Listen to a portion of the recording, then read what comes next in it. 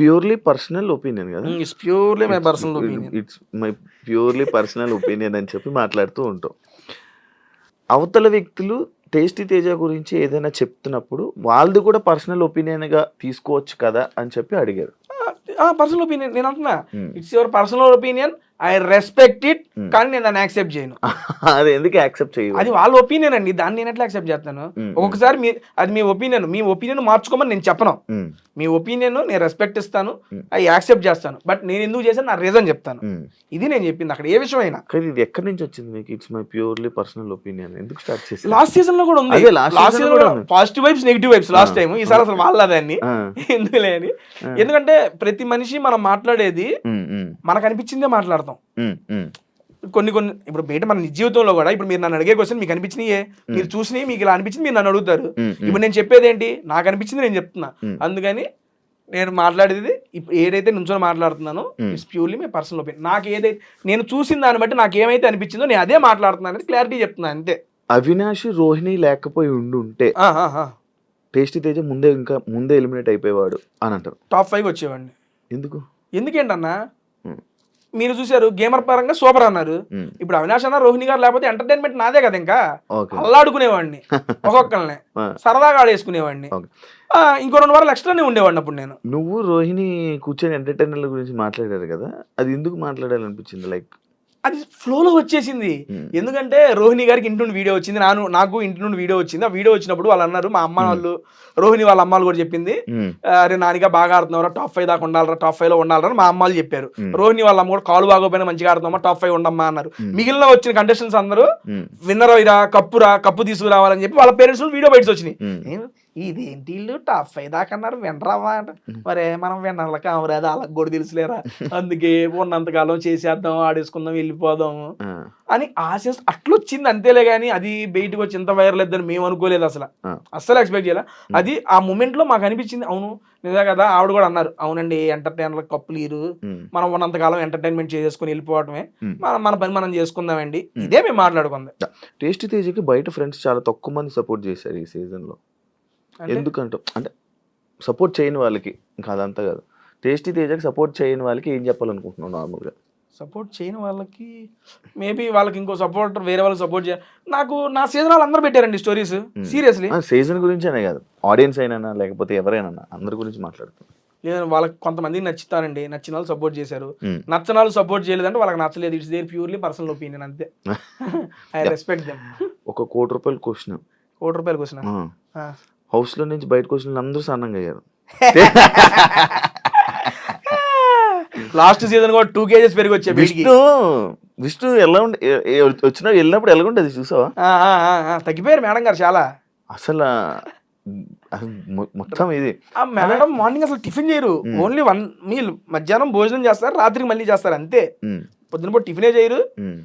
ఇక అందరూ ఫుడ్ అక్కడ ఆకలి ఎక్కువేదన్నా, నీకు తెలిసిందే, ఏదో ఉంటే తినేసామని అయిపోయింది. మన అట్ట కాదు, 4 పూటలు తినేవాడిని, అన్నం వండుకునేవాడిని, మనమే కదా వంట అంతా, పెడతాం తింటాం. నాకు కోపం వచ్చినా, బాధ వేసినా, ఆటలో ఓడినా, గెలిచినా, సంతోషం వేసినా, ప్లేట్ తీసేయడం, కలపడం, మెంగటం కాదు. అది తింటున్నావు ఓకే, కానీ అక్కడ ఫుడ్ కూడా ఎక్కదు తెలుసా, ఒంటికి పట్టదు. అక్కడ ఫుడ్ పట్టదు. నా ఎమోషనల్ ఫుడ్ అన్నా. ఇక నాకు చెప్తున్నా కదా, నాకు ఏ ఎమోషన్ వచ్చినా దాని ఫుడ్ మీద చూపించుకుంటా. టాస్క్లు ఆడావు, మొత్తం పరిగెత్తావు, అటు నుంచి ఇటు పరిగెడుతూ, ఇటు నుంచి అటు పరిగెడుతుంటావు, అన్ని చేస్తున్నావు, కానీ ఎందుకు టేస్ట్ తేజ తగ్గట్లేదు అనేది 2 సీజన్లకు వెళ్ళొచ్చు. నాకు బేసిక్గా థైరాయిడ్ కూడా ఉందన్న. వచ్చా దాంతో పాటు ఇక ఆల్మోస్ట్ నేను 15 years థైరాయిడ్ టాబ్లెట్స్ కూడా వాడుతున్నా. ఎవ్రీడే మార్నింగ్ వేసుకుంటాను. ఇక మన బాడీ స్ట్రక్చర్ అది ఇంకొంచెం వర్కౌట్స్ చేస్తే కానీ ఇది తగ్గదు. ఇది వర్కౌట్ చేసినా తగ్గేలా లేదు. టాప్ 5 లో ఉన్న వాళ్ళు అందరూ వర్త్ అని అనుకుంటున్నావా? జనాలు నమ్మి వాళ్ళని టాప్ 5 లో పెట్టారు కాబట్టి ఆబ్వియస్లీ వర్తే అంతే. ఇంకా దాంట్లో ఇంకోటి లేము. ఇది నేను ఒక ఇష్యూ టాపిక్ ఒకటి నేను చూసా, లైక్ నాదే నీది కాదు, నువ్వు ఫినాలేలో ఉన్నావు కదా. ఉన్నాను. ఫినాలేలోని ఒకరు నిఖిల్ కప్పు గెలిచాక నా కెనడా మా వాళ్ళే గెలిచాడరా అని చెప్పి డాన్స్లు వేశారు అని చెప్పి ఒక రూమర్ స్ప్రెడ్ అయింది. అవునా? అది ఎంతవరకు నిజమని నాకు తెలియదు అసలు. తెలీదా? ఎవరంట? ఎవరు డాన్స్ చేశారంటే ఎవరు అని నీకేమైనా తెలుసా అది అని? అందరం లేచి అప్పట్లో కొట్టాం, అక్కడ వరకు నాకు తెలిసి. మీరు క్వశ్చన్ కదా, నాకు తెలియదు ఇదేందో. అంటే కంటెస్టెంట్లా లేకపోతే కంటెస్టెంట్లా తెలీదు. ఇదేందా ఇదే నాకు తెలియదే. 2 వారాలు అయిపోయింది, నేను ఇప్పుడు చూడలేదు, ఇది మళ్ళీ వెళ్ళలేదు కూడా. ఎందుకు కంటెస్టెంట్లు అందరూ డల్ గా ఉన్నారు ఇప్పుడు? నార్మల్గా ఈసారి కంటెస్టెంట్స్లు కొంతమంది చాలామంది డల్గా ఉన్నారు. ఎందుకు డల్గా ఉన్నారు అని అని అంటున్నారు. దానికి ఏమైనా అంటావా? అంటే లోపల నువ్వు వాళ్ళని చూసావు కదా, నీకు ఒక ఐడియా ఉందా? అంటే ఓన్లీ టాస్క్ అంటే టాస్క్ ఆడుతున్నారు, లేకపోతే నామినేషన్ అంటే నామినేషన్ ఫస్ట్ 5 వారాలు అదే ఉంది. తర్వాత కూడా మీరు ఇళ్ళకి కూడా వాళ్ళు అలాగే ఉన్నారంటగా. మరి మేము అక్కడ యాక్టివ్ ఉండటానికే చూసాం, యాక్టివ్ వేయడానికే చూసాం. యాక్టివ్ అంటే ఊరిని తేజగాడే పోయి తిని ఇట్లా బాధపడతాడు వాడేమి యాక్టివ్ అనొచ్చులే కానీ చెబుతుంది అది రెస్ట్ మోడ్ అండి. చెబుతున్నా మళ్ళీ 24 hours బ్రెయిన్ యాక్టివ్ లో ఉండాలి అంటే మినిమం రెస్ట్ బ్రెయిన్ కావాలి. కాస్త కూర్చొని తిన్నాక పన్నాక ఇట్లా కూర్చుంటే దానికి రెస్ట్ ఇస్తే అప్పుడే బ్రెయిన్ బంద్ చేసిద్ది. ఓర్ నేను ఉంచొని అంటే ఇది బంద్ చేయదు. నాకు కూర్చొని ఇది నాకు 20 minutes 15 minutes తీసుకుంటే నాది యాక్టివ్ అయింది. దానికోసం కూర్చొని కొలబడతాం కానీ. అండ్ మిగిలిన వాళ్ళు వాళ్ళ ఇదిలో వాళ్ళు యాక్టివ్ గానే ఉన్నారేమో, మరి నాకు తెలియదు, అది వాళ్ళ అభిప్రాయం కానీ. ఇంకా ఎపిసోడ్స్ చూడలేదన్న, ఓపెన్ మాట్లాడన్నా. చూస్తావా? చూడాలని ఉంది సీజన్. ఎందుకంటే నాకు నెక్స్ట్ లెవెల్ ఏమొచ్చింది ప్రతి వాళ్ళు. నేను అందుకు మొన్న ఏదో ఆఫీస్కి వెళ్ళాను, ఏదో మీటింగ్ పర్పస్ మీద. ఒక 20 to 25 members కూర్చొని వర్క్ చేస్తున్నారు. మీ ఐడ్రీమ్ మీడియా ఆఫీసర్ మొత్తం ల్యాప్టాప్లకి. లోపల రాగానే ఒక తేజ అని వచ్చాడు అనగానే అందరూ 25 మంది పైకి లేచి చప్పట్లు కొట్టారయ్యా. అమ్మ ఏమైందా అంటే, అన్న మామూలుగా ఆడావు ఇదే అన్నారు అనమాట.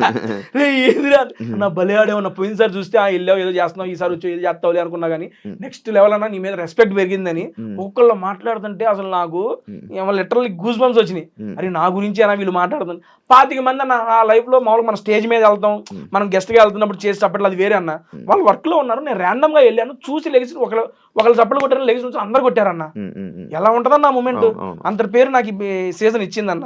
కాబట్టి ఈ సీజన్ లో నేను చూడాలనుకుంటున్నా. ఇంకోసారి వెళ్తావా అన్న? జనాలు పడతారు ఇప్పుడు చప్పట్లు కాదు,